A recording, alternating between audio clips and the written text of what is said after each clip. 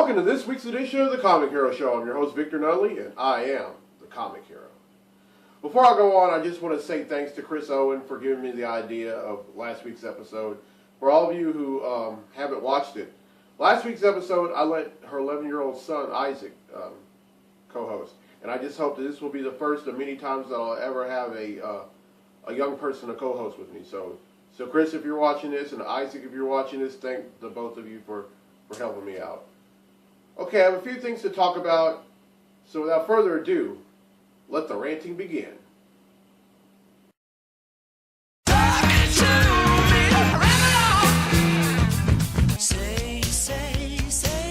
What you talking about, Willis? Alright, this is the first Victor Rants that I've done in 2 weeks, so, and there have been a lot of things that have gone on since then. Well, the first thing I want to talk about is LeBron James going back to the Cleveland Cavaliers. For all of you who don't know, he was contemplating on what team to go back to, and he was even contemplating on re-signing with the Miami Heat. Well, he's gone back to the Cleveland Cavaliers, and that just goes to show you that you can always go home again. For all of you who don't know, he's from Northeast Ohio, specifically Akron, and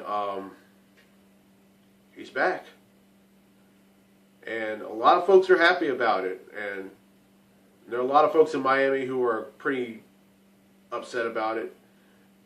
But I just hope LeBron realizes that, you know, even though I think the idea of him going back to Cleveland is a good idea, but you know, he really when he had that special on ESPN 4 years ago called The Decision, he really angered a lot of Cavaliers fans, and not just Cavaliers fans, but people throughout Ohio. I mean, they went to the extreme. They burnt his jerseys. They took down the witness painting and all this. But I want LeBron to realize that, even, you know, I think he did the right thing, because but there are going to be some folks in Ohio that are still upset about him leaving in the first place. But I mean, I believe those people need to let it go, but you know, not everyone has the same enthusiasm as I do. And I mean, he said himself that Northeast Ohio holds a special place in his heart. He didn't realize that 4 years ago, but he does now. And he did say that he would like to retire a Cleveland Cavalier. I think he should. Although I was really hoping that he'd sign with my Dallas Mavericks. Okay, next thing I want to talk about. Now, I've seen some movies since the last episode that I did. As a matter of fact, I went to see the movie Tammy. Now, you're probably thinking, Vic, why are you talking about Tammy on your web series?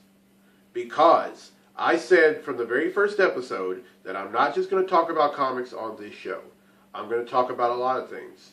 Whether it's comics, whether it's movies, whether it's sports, whether it's just life lessons. The only thing I won't talk about is politics, because I hate politics with a passion. But anyway, I went to see Tammy last weekend, and it was a great movie. I really thought it was. It was very hilarious, although Melissa McCarthy did a lot of cursing in that. There was a lot of critics who said that the movie that they got sick and tired of Melissa McCarthy playing the same roles in every movie. And after reading about her role in the movies Bridesmaids and The Heat, and then Tammy, I agree. Because in every in all those movies, she played the homely looking woman with the foul mouth. And I seriously think that, you know, she needs to broaden her actress port. I just think she needs to broaden her horizons as an actress, because I mean, she shouldn't end up being like another Arnold Schwarzenegger or Sylvester Stallone, or their female counterpart, might I say. But you know, if that's what she wants to do, then who am I to judge? Okay, and also I went to see the movie Hercules, starring Dwayne Johnson.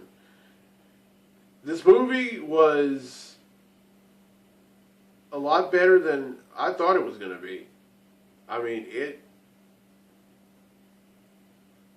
surprised me. I think Dwayne Johnson did a good job, although I really didn't like how he tried to mimic the British accent like all the other actors did in the movie. I mean, it was kind of weak. I mean, I think he's a great actor if he's playing an American character, but come on, he's playing a Greek character. I mean, a Greek god. Oh, and next week's episode, one of the things I'll be talking about in the Victor Rant segment will be Guardians of the Galaxy. I think it's going to be a great movie. I think the cast is amazing. Chris Pratt as Star-Lord, Zoe Saldana as Gamora, Dave Bautista as Drax the Destroyer. Then you have Vin Diesel playing the voice of Groot, and Bradley Cooper playing the voice of Rocket Raccoon. Oh, and by the way, Thanos will be in it as well. Of course, Thanos was in the extra scene in the Avengers, and Josh Brolin will be playing the voice of Thanos. So it's going to be a lot of fun. Okay, I don't have a DC versus Marvel segment for you this week. So that being said, let's get to the comics I bought this week. Comic books I bought this week.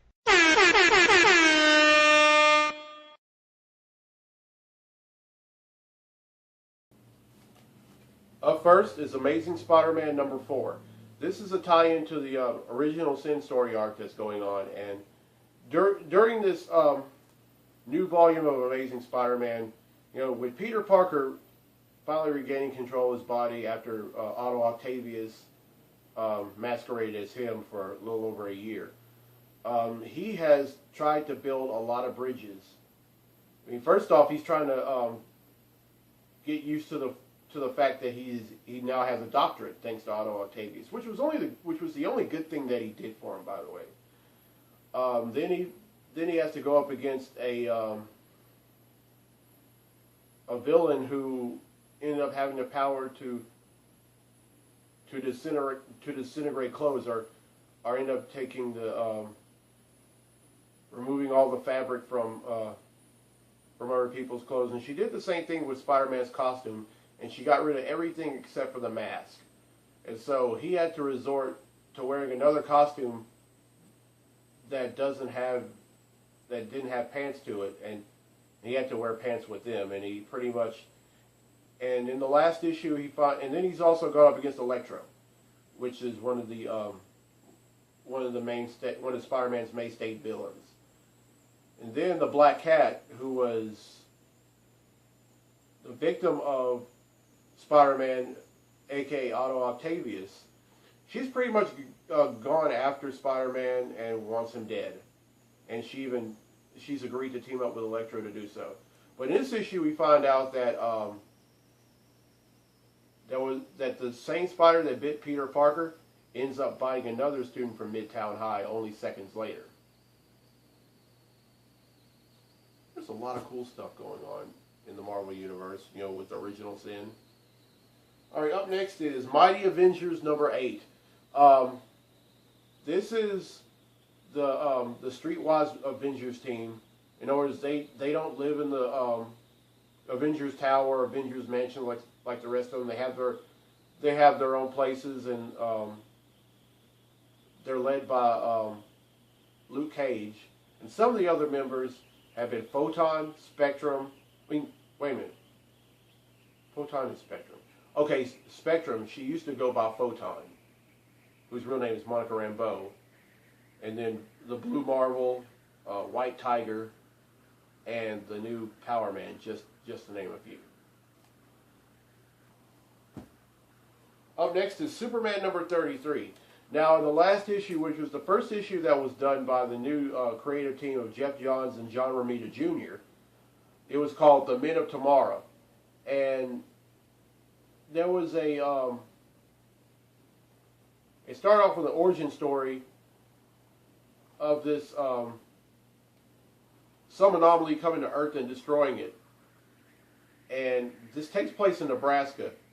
Well, the couple, rather, they decided that, they didn't want everyone to die. They wanted to, to send their infant son off to through some kind of wormhole that separates dimensions and everything, so he could live on well when everyone else dies because of this anomaly.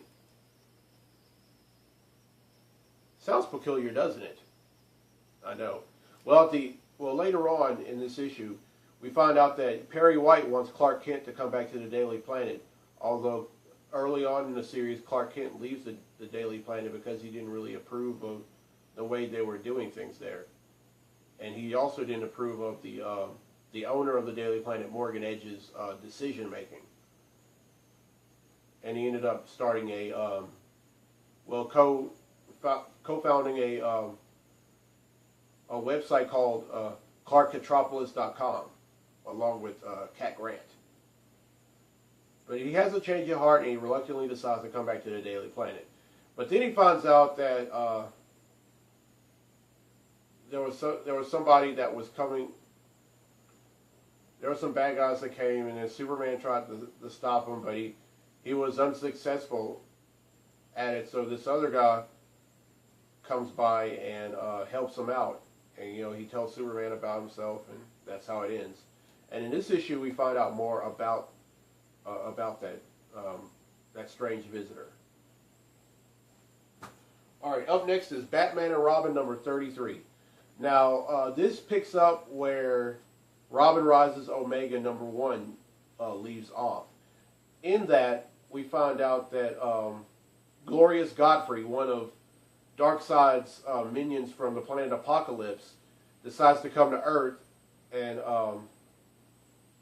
get Robin's corpse. Of course, this Robin is Batman's son, Damian Wayne. He comes after him, and it's pretty much Superman, Frankenstein, Ra's al Ghul, and the League of Assassins against Glorious Godfrey and some other folks from Apocalypse. Well, this ends with Ra's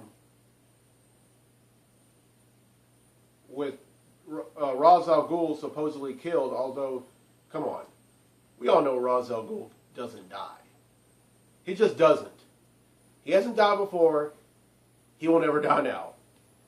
But anyway, he's presumed dead, although he just disappears. And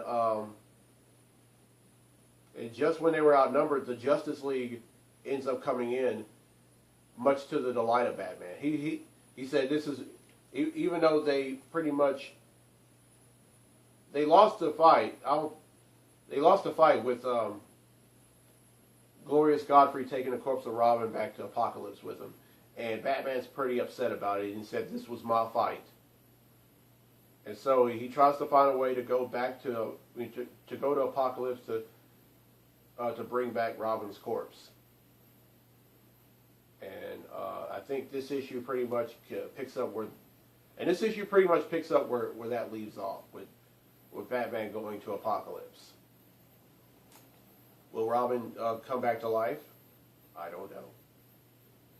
One thing about this Robin, this Robin is the one that fans love to hate, but he's also the one that fans hate to love.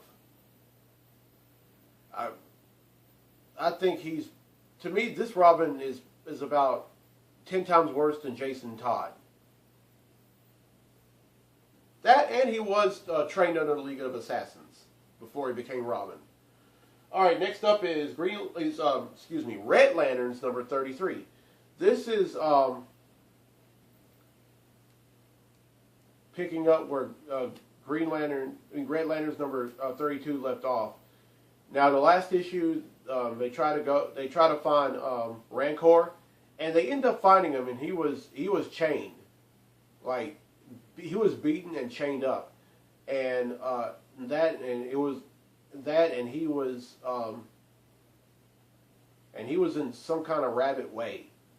And what I mean by that, he was like, I mean, he had animal-like instincts. He couldn't talk, and he pretty much tried to beat up every member of the Red Lanterns, and almost killed Supergirl.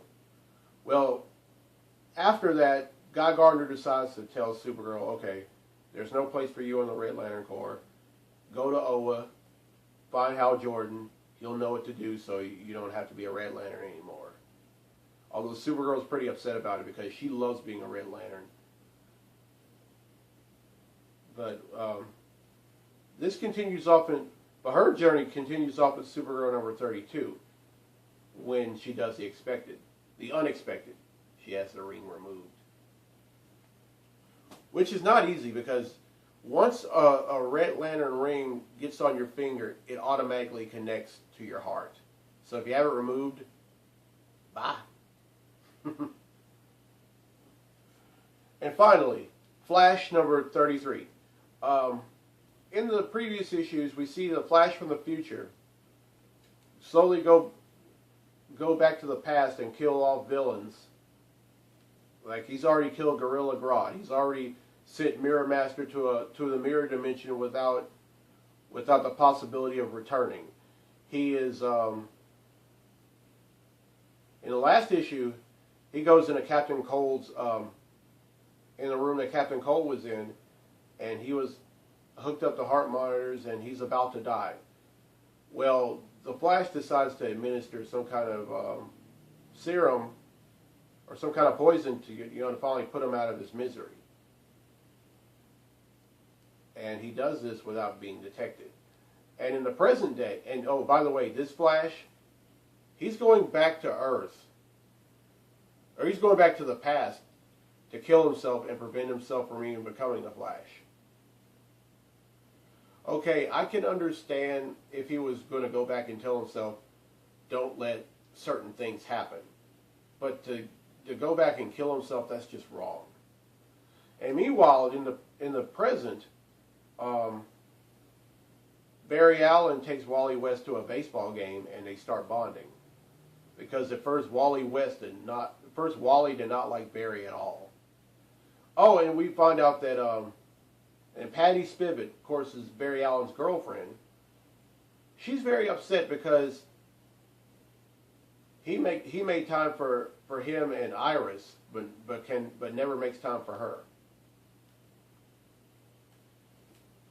Oh, by the way, that I just want to go ahead and just talk about this, but I just want to talk to all the. I'm talking to all the guys who are either in a relationship, engaged, or married. Make time for your woman. Put her on your top of your list of priorities. I'm single right now, but I've been in enough relationships to know that you got to put, just like Jaheim says, you got to put that woman first. Don't do like the Flash and just leave, and make her a distant third or a distant second. Don't put her first. All right, that's all. All right, that's 6 that I bought, which brings the total number of comics I bought since December of 1997 to 6,327.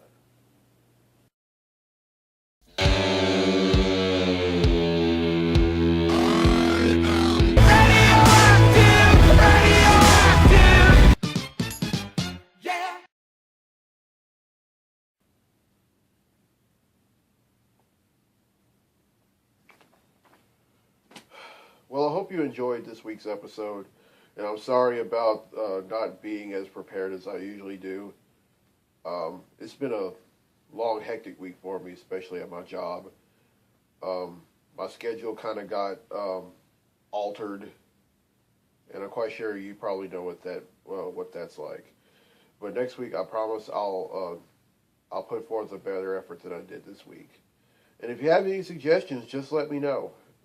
I mean, you know what to do. Is Facebook, meet me. If you have my cell phone, call me or text me. If you just happen to see me around, just come up to me and let me know.